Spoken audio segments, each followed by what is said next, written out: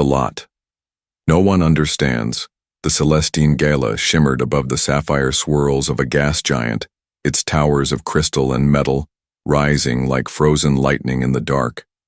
The richest houses of the galaxy had gathered there, wearing silks spun from nebula dust and masks carved from moons. The final event of the night was not music or art, but the auction. Something whispered about for months. Something called Only Lot 72. No one knew what it was, only that it had been sealed in stasis, under military escort, and that the auctioneers had paid off an entire sector patrol to move it here without questions. When the stasis pod slid forward into the light, the crowd gasped. Inside lay a figure upright, eyes closed, but features unmistakable. It was a human. Some gasped with fear, others with disbelief, for to most of the galaxy humans were legends, shadows from an age of collapsed stories that they had burned their own world in defiance, rather than bow to conquerors' whispers that a single human could turn armies to ash and that their world had been sealed away because no one dared claim it yet. Here stood one breathing chest rising slowly, skin pale under the stasis field. The announcer's voice trembled as he spoke, his usual booming, confidence broken.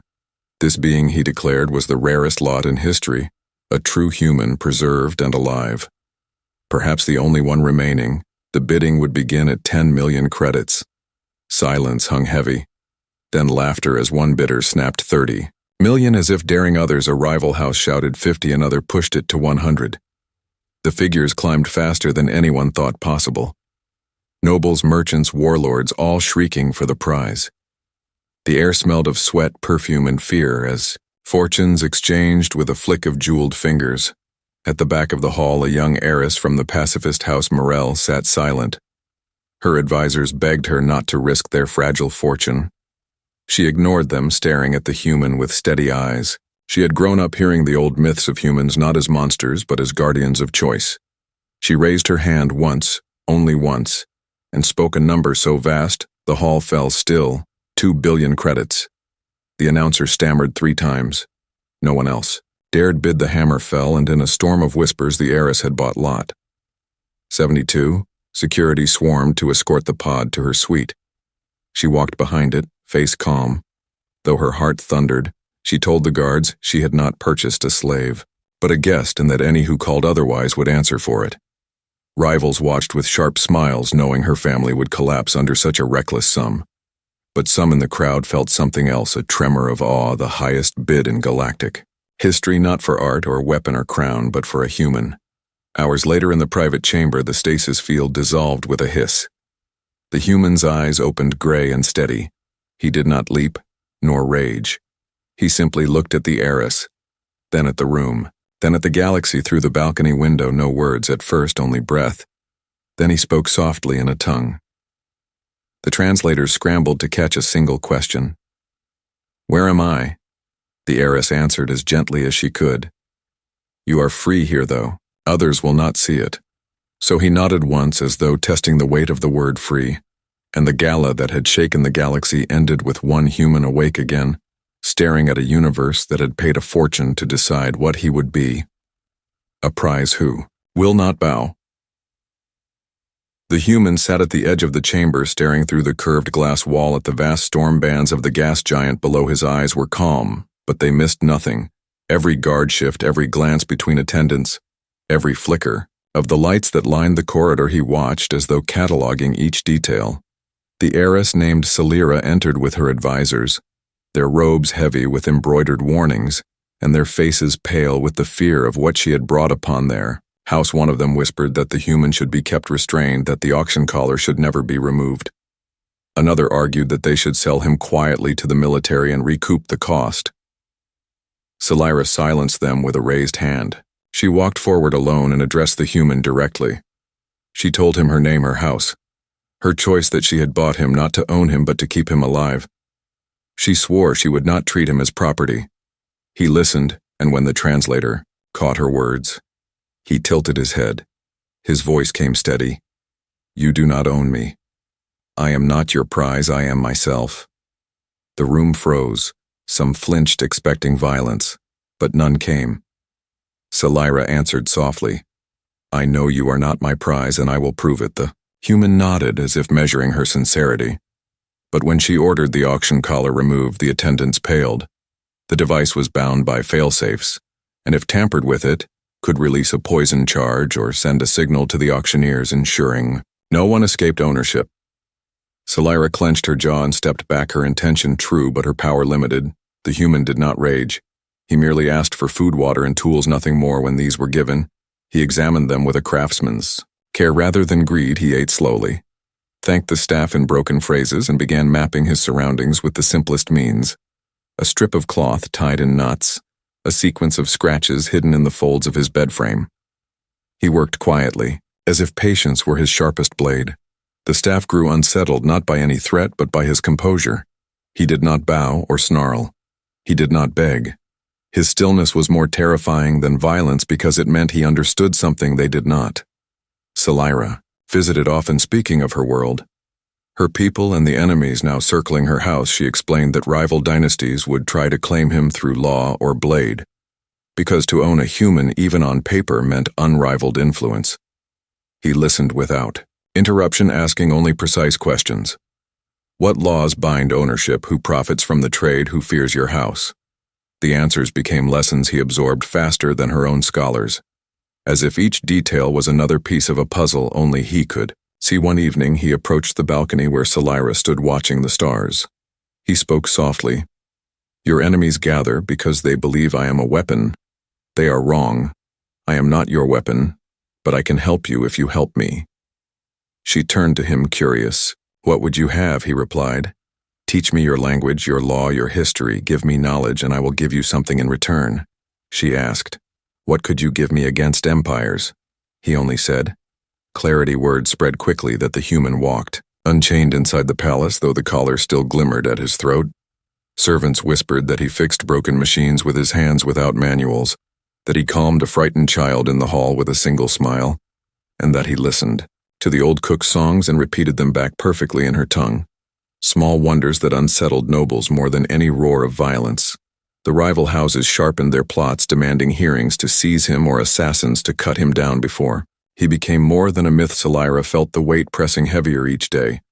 Her advisors begged her to surrender the human before her family name collapsed under debt and scandal. But when she looked into his eyes, she saw not a monster, nor a prize, but a mirror reflecting the courage she had long hidden. She chose to keep him not as property but as a partner, though she had not yet spoken the word aloud, and in the dark corridors where secrets traveled, the human's quiet patience was already reshaping the palace, for he had become a question that no one could answer. What happens when the galaxy's most expensive prisoner refuses to act like one? The weight of a record bid. The days after the auction became a storm that swept through the galaxy as news channels replayed the moment the hammer fell, and the announcer declared a human sold for a price that shattered every record. Some praised the spectacle, others condemned it, but all agreed that the name of House Morel was now chained to scandal. Celira faced endless summons from regulators, financiers, and rival houses, demanding to know how she could justify throwing away the wealth of generations. Her advisors reminded her that their fleets were small, their colonies, few in their strength, rooted in diplomacy. Not in power. To stand against the combined pressure of so many enemies seemed impossible. Yet Celira remained calm, even as her family's name trembled on the edge of ruin. The human moved quietly through this storm. He listened more than he spoke, but every observation seemed chosen with purpose.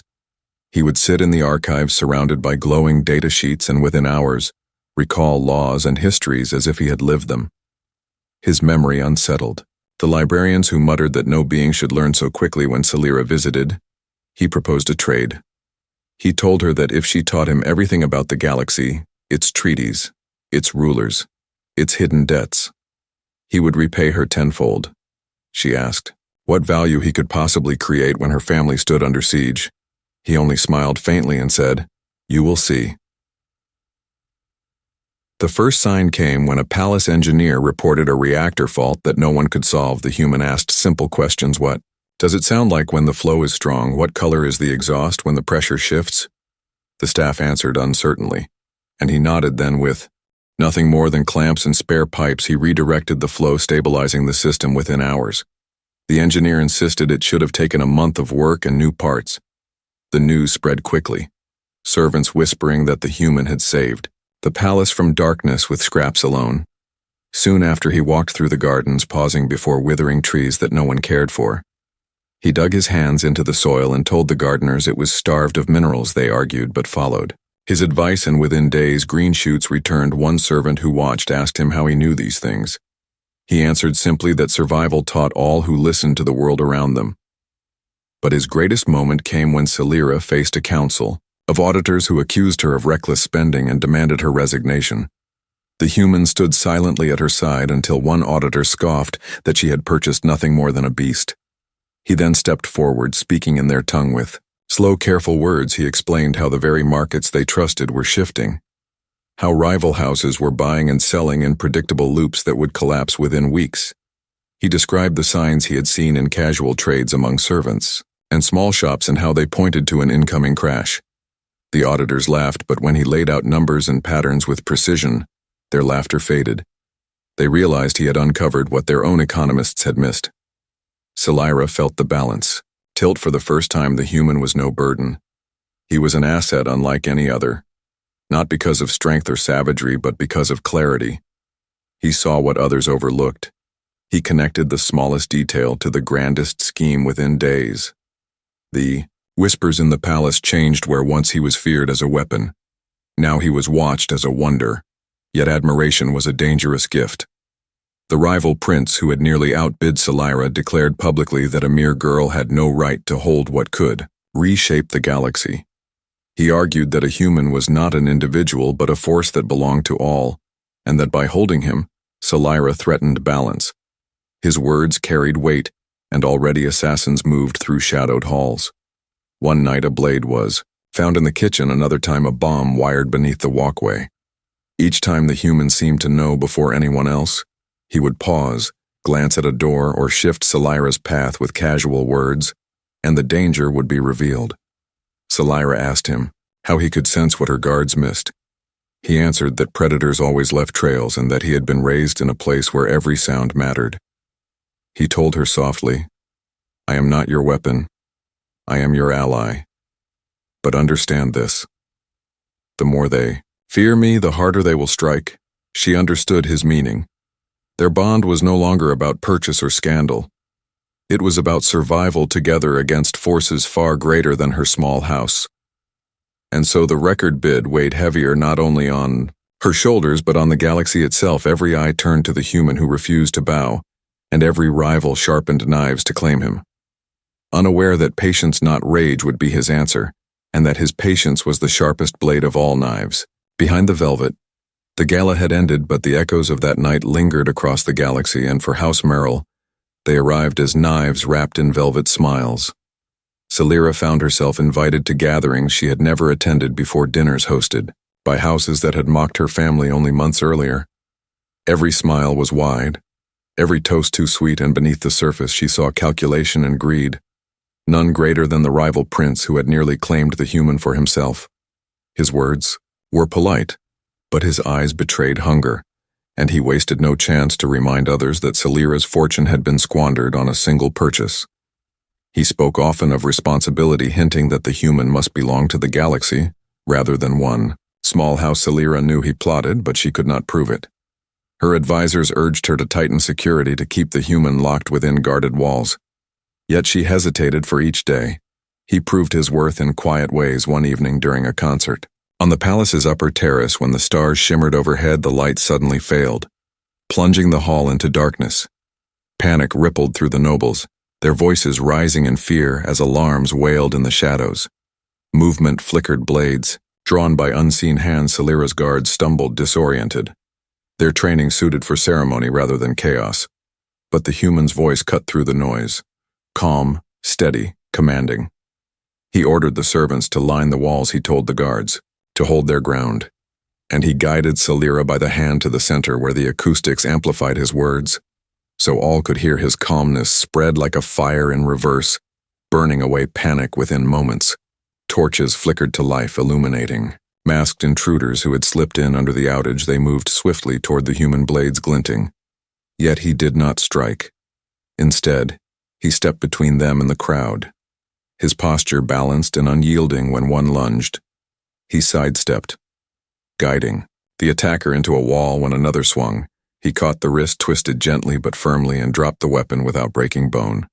He subdued them one by one, not with cruelty, but with precision. When the lights returned, the nobles stared wide-eyed at the sight, the humans standing tall, the assassins kneeling, disarmed and bound without a drop of blood spilled. Celira felt both relief and awe. She realized that he had chosen restraint when violence would have been easier later in the quiet. Of her chamber, she asked him why he had not killed them. He answered simply, because death is final, and fear grows from it. Better to show control than terror. The prince, however, seized upon the chaos as proof. He declared that Celira's palace was unsafe, that assassins could walk through her halls at will, and that the human was a danger, attracting blades from every corner. Yet whispers spread differently among the servants and guards who had witnessed his composure. They spoke of loyalty, not fear. They spoke of a protector who guided rather than ruled. The human began to walk the corridors openly, no longer as a prize but as a presence. He spoke with workers. He learned their names. He remembered their burdens when the water pumps strained. He was there suggesting repairs when a cook wept for her lost child. He sat with her in silence. His quiet dignity bound people to him without command. Celira watched and realized that her family's power had already shifted. It no longer rested on credits or treaties. It rested on the trust that her human guest cultivated effortlessly. Still, he warned her one evening beneath the glow of the gas giant's storms that cages invite thieves. The auction that had sold him was not an end. It was a chain of corruption stretching across the stars, and so long as it existed, he and she would never be safe. She asked him what could be done against something so vast, and he replied with a calm certainty, "Dismantle the trade at its roots, not with armies but with truth and with patience." Celira knew the path he offered was dangerous, yet she felt a fire stir within her, the kind that her ancestors had once carried when they first built their house upon ideals rather than power. She realized that she had not purchased a human. She had chosen an ally, one who would turn every blade aimed at them into an opportunity for change. And as the rival prince retreated to weave new schemes, Celira and the human began to plan quietly, side by side, a path that would not simply protect them from knives in the dark, but expose the very market that had dared to put a human on a pedestal and sell him like a jewel to the highest bidder, turning the market upside down. The days that followed the failed assassination were filled with quiet planning. Celira met often with the human in hidden corners of the palace where ears could not reach. She expected schemes of force, perhaps calls for fleets or mercenaries, but instead he spoke of ledgers and whispers of small trades and habits that revealed deeper networks. He explained that an empire does not fall by striking its walls, but by cutting the roots that feed it, and the auctioneers had many roots. He asked questions about who supplied the stasis pods, who maintained the collars, who moved the funds through shadow banks. Celira saw patterns forming as he gathered fragments of truth. The human began to move among the lesser workers, not the nobles nor the guards, but the clerks and the dockhands and the tired faces who carried trays through the night. He listened to them. He asked about shortages, about shipments, about debts. Most had never spoken honestly to a noble before. But they spoke to him because he treated them as people. Rather than tools, he discovered that many hated the trade. Though they lacked the power to resist, clerks feared for their families if they exposed it. Pilots feared losing contracts. Yet when the human showed them that they were not alone, they began to whisper back. Celira at first feared that these small conversations meant little. But one night he placed a pile of records before her, stolen not by hacking nor by theft, but by the willing hands of clerks who wished to see the chains, broken invoices, contracts, bribes marked with the symbols of rival houses. She stared at them in disbelief, realizing that he had done in weeks what her house had never achieved in decades. He told her, "This is only the beginning. Markets thrive on silence. We must replace it with truth." He proposed a bold act, not of violence, but of performance. He would stand before the galaxy and display what humans were known for, not savagery, but teaching. He asked Celira to arrange a gathering disguised as a demonstration of how a human might be trained to serve, but instead of submission he offered lessons in trust and cooperation. He spoke to nobles and servants alike, showing them games that built strength through teamwork, puzzles solved not by force but by listening. Laughter broke through the tension as rivals found themselves working side by side, and the message spread faster than any speech. While attention fixed upon the novelty of the human teaching, the records he had gathered flowed quietly into the hands of neutral guilds and news networks. Within days, markets trembled. Contracts tied to the auctioneers began to unravel. Stock values collapsed as hidden debts were revealed. Celira's rivals, who had invested heavily in the trade, moved frantically to cover their losses, and in doing so exposed more corruption. The galaxy had thought the auction house untouchable, but suddenly it looked fragile, vulnerable. The human never raised his voice, yet every act seemed deliberate when questioned about why he risked so much. He answered that no one should ever again stand on a pedestal to be sold, and that he would not rest until the chain was broken. Celira realized that his patience was not passivity, it was strategy, each step calculated to shift weight until the structure collapsed under its own corruption. The backlash was swift. The rival prince raged, declaring that Celira had unleashed chaos upon the markets. He accused her of using the human as a weapon against her peers and demanded she surrender him to a neutral authority, but the neutral guilds now had evidence of crimes far deeper than one purchase. They refused his demand instead, calling for investigations across entire sectors. Celira's enemies found themselves cornered, while her house, though still small now, carried the reputation of being aligned with truth. For the first time since the auction, Celira felt the pressure ease. She watched as nobles who once mocked her bowed their heads in uneasy respect. Yet she knew it was not her power that had won this change. It was the clarity of the human at her side. And as she looked upon him, she realized that the galaxy's greatest record bid had not purchased a prisoner, but had awakened a force of transformation, one that would never again allow chains to hold quietly in the shadows. She asked him what comes next. He answered, "We take them to trial and end the Gala forever." The Gala on trial. The storm he had stirred could no longer be contained. The ledgers had already poisoned the markets, and nobles who once boasted of their wealth now scrambled to hide their ties to the auction houses. But the human was not finished. He insisted that exposing corruption in secret was not enough if they wanted the trade destroyed. It had to die under the weight of its own spectacle. Celira listened, and though fear trembled in her chest, she agreed to the plan. He would demand a hearing not in the backrooms of guilds or the councils of nobles, but in the same station where he had first been sold. The announcement shook the galaxy when Celira declared before the sector council that she would return to the Celestine Gala with the human by her side. Crowds gathered, news streams lit up across 1,000 worlds. Some believed it madness to walk back into the heart of the beast, others whispered it was justice. Nobles flocked to witness what they thought would be her ruin. The rival prince prepared speeches and fleets, certain that once the human spoke, the law would bind him as property forever. On the day of the hearing, the auction hall had been transformed into a tribunal, banners of houses draped along the walls, judges seated high in crystalline thrones, but the largest presence was not of rulers. It was the endless press of voices streaming in from every connected world. The entire galaxy watched. Celira walked beside the human, head held high, though her advisors warned her to be silent. She let him step forward alone when the chamber demanded his name. He answered, in clear words, "I am human, I am not. Lot 72, I am not a number." The judges asked what claim he made. He said he claimed only himself, but he also carried a message for all those sold in silence. He spoke of dignity, of choice, of the price of chains. He did not shout, his voice steady and plain, yet each word echoed louder than the great bells that marked time in the station. The rival prince rose to counter, declaring that no matter the speeches, the human wore a collar that proved ownership. Property cannot argue law, he sneered, but the human only lifted the chain for all to see. With calm precision, he revealed what no one had expected. The collar was more than a shackle.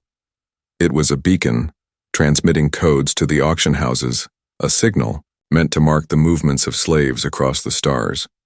He held up a small device built from nothing more than station tools and explained how he had turned the signal into a key one that could unlock every collar in the system with a single broadcast.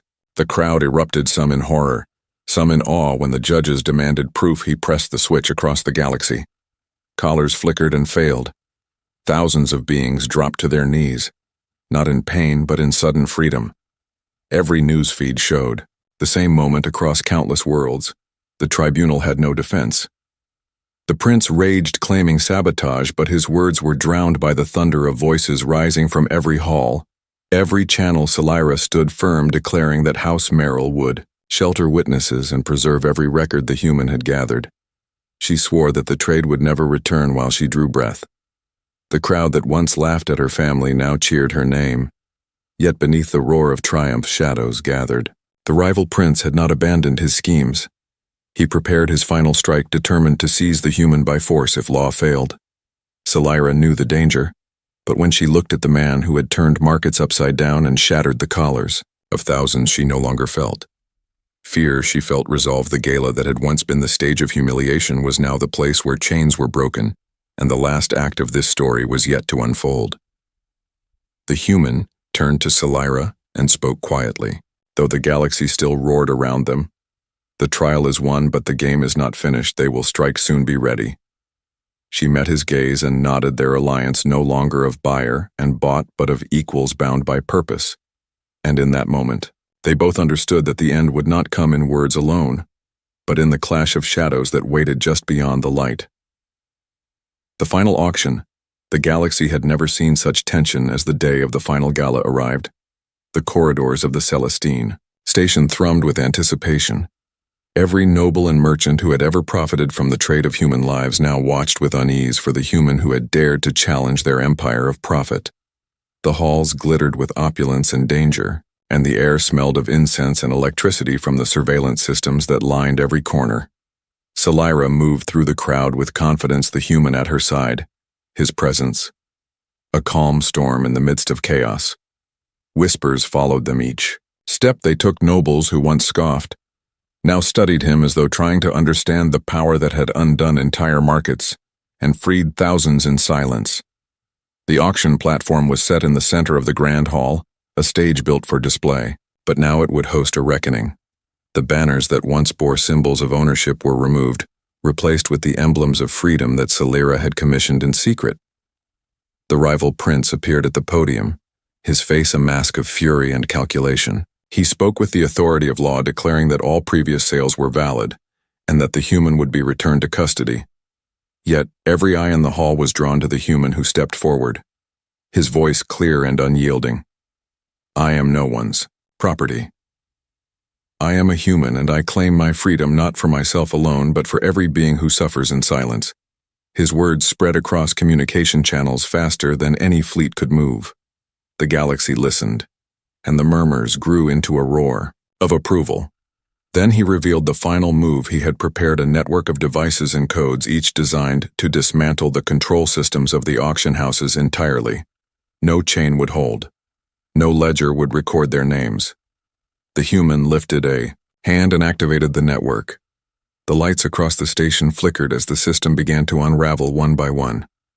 The locks fell open, screens displayed lists of names, each line a life freed.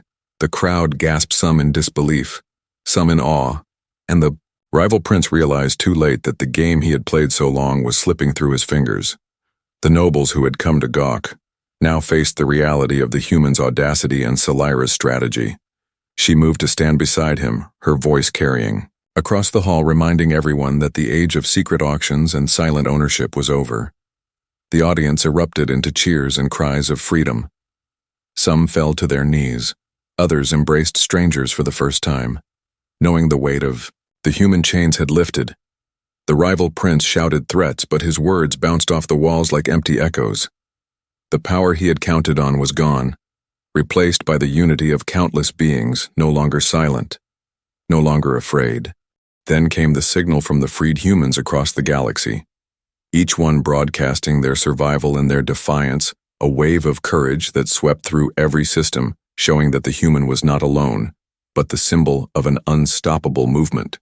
The final act of the gala became a celebration of life and rebellion, and for the first time in galactic history, the audience watched not a sale, but a liberation.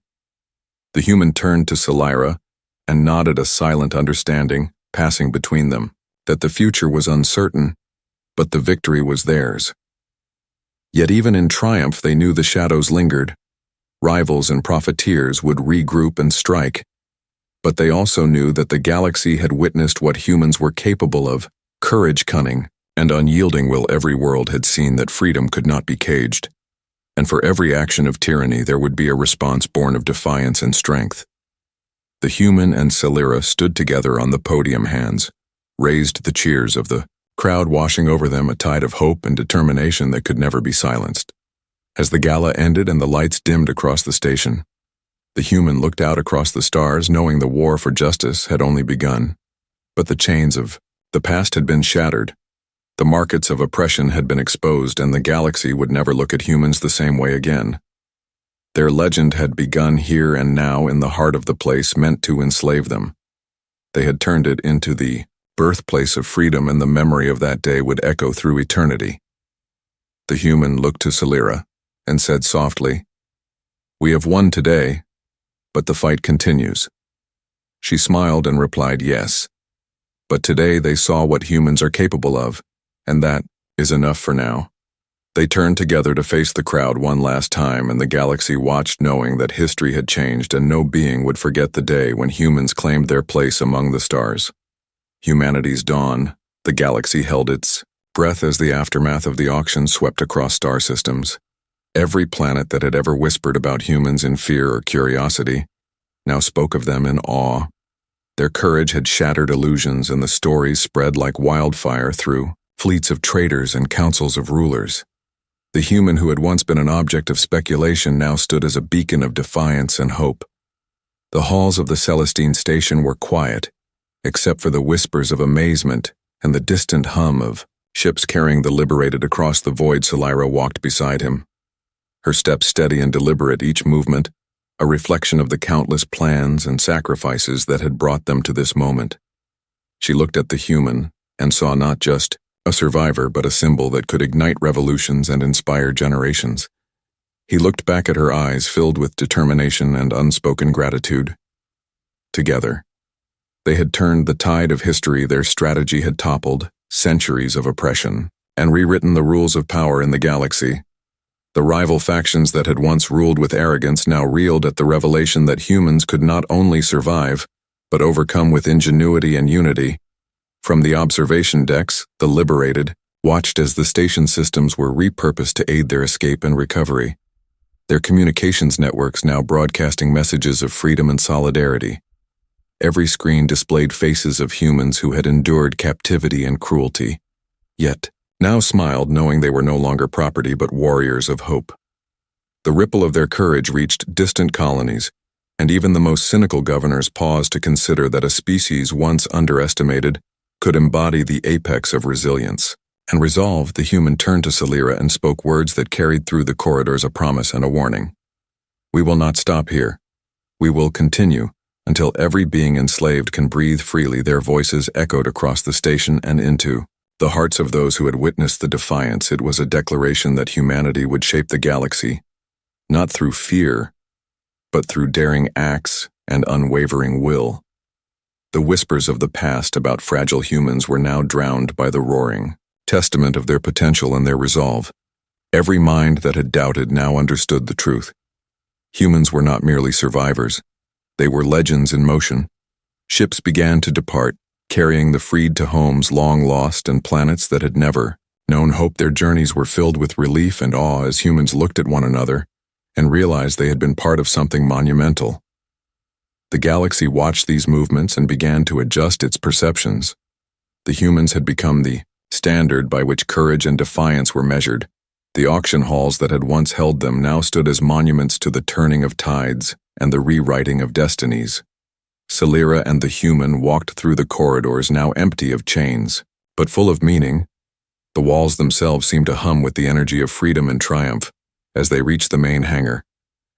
The human raised a hand, and the assembled ships saluted with their thrusters, in synchronized arcs of light, a display of unity and power that no being could ignore. The message was clear. Humans were no longer prey or curiosities, but equals in intellect, spirit, and courage. Their place in the galaxy had been earned, and it would not be taken. Their story would inspire. Songs and legends and the awe they inspired today would be the foundation for a future where freedom was the measure of strength. The human looked to Salira one last time and smiled, knowing that the battle had been won. The chains were broken and the path ahead was theirs to forge. And so the galaxy would remember the day humans refused to be sold, refused to be controlled, refused to be underestimated. They became a symbol of unyielding spirit and boundless courage. Their legend would spread, from the smallest colony to the most distant empire, and every being who heard it would know the truth about humanity, that they are fierce, they are cunning, they are unstoppable, and they are free. The end.